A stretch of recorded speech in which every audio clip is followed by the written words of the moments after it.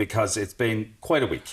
We've had a few managerial changes. I could do a half an hour in the Premier League. But there was no surprise when we woke up on Monday No. to get the news that Ruben Amorim had been fired. Yeah.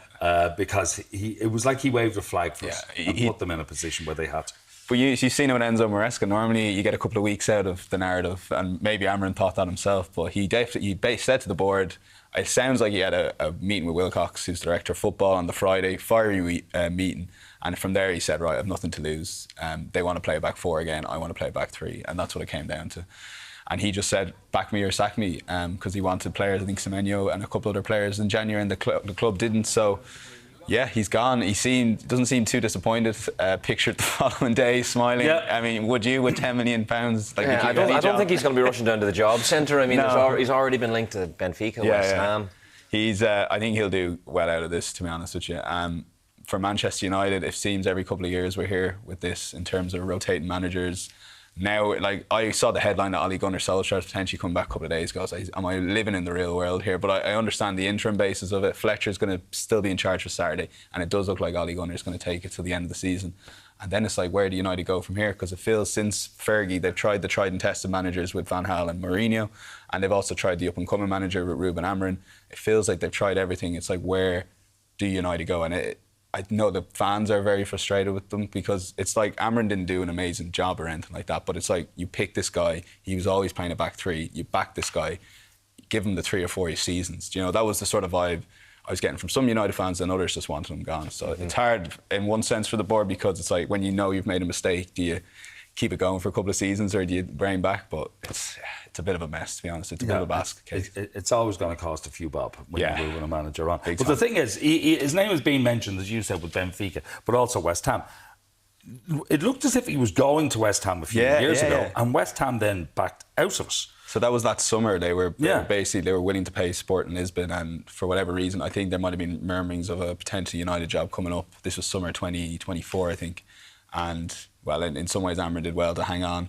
But the big thing, I think the big issue with the whole thing was him not coming in during the summer and during mid-season, and sort of messed things. He was always on the back foot. Like, this season hasn't been a disaster in terms of where they are in the league, but it's a weird table, as you probably know. Like, there's, I think, 7 points between where Brentford are, which we'll get to, and like 15th, which is crazy. It's never that gap, like, at this stage of the season. So the league is condensed.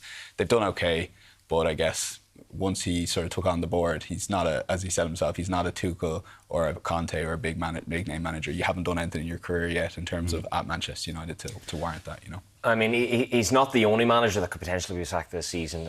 Spurs, Thomas Frank could be even hanging on by the skin of his teeth, isn't he, as well? Even the pause there, I was like, wait, which manager are we going to? I mean, I'm ready. Thomas Frank, I didn't think it was a good fit. I think with the way Brentford are run are incredibly. It's a lot of it's to do with the club, and Thomas Frank, he was brilliant there, and he had a slow start.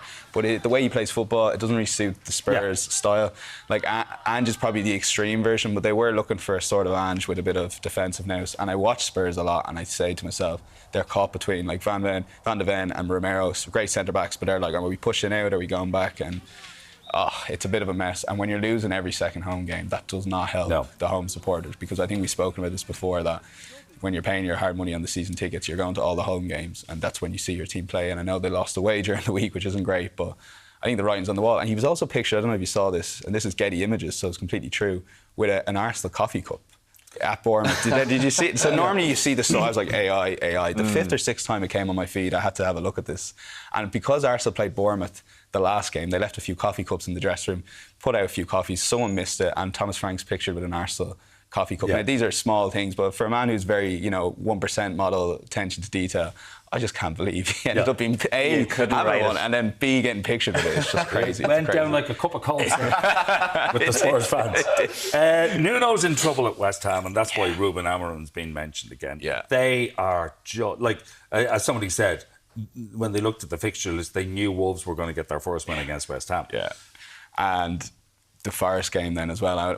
Penny for Nuno's thoughts, watching Forest get a winner, going, I coached this team to the highest possible finish last season, and now I'm in charge of this basket case West Ham. And his reaction for when the penalty was given away and Areola punched the Gibbs wife for the last minute penalty, They're doomed, I think. Yeah, they're 7 points adrift. And it's like, for the board, do we go for one more go and try and get someone in? But who do you get in to try and save a season like this? Do you just stick with Nuno? Because it's not necessarily his fault.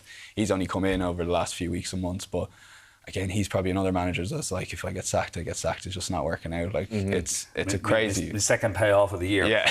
It's not a bad... he actually got sacked he was the first manager who got sacked after defeat to West Ham at home. Yeah. And if he did get sacked from this game, he'd have got sacked from being the West Ham manager after the defeat to Forest, which is just another crazy thing, which on its own should be the headline, but there's too much going on.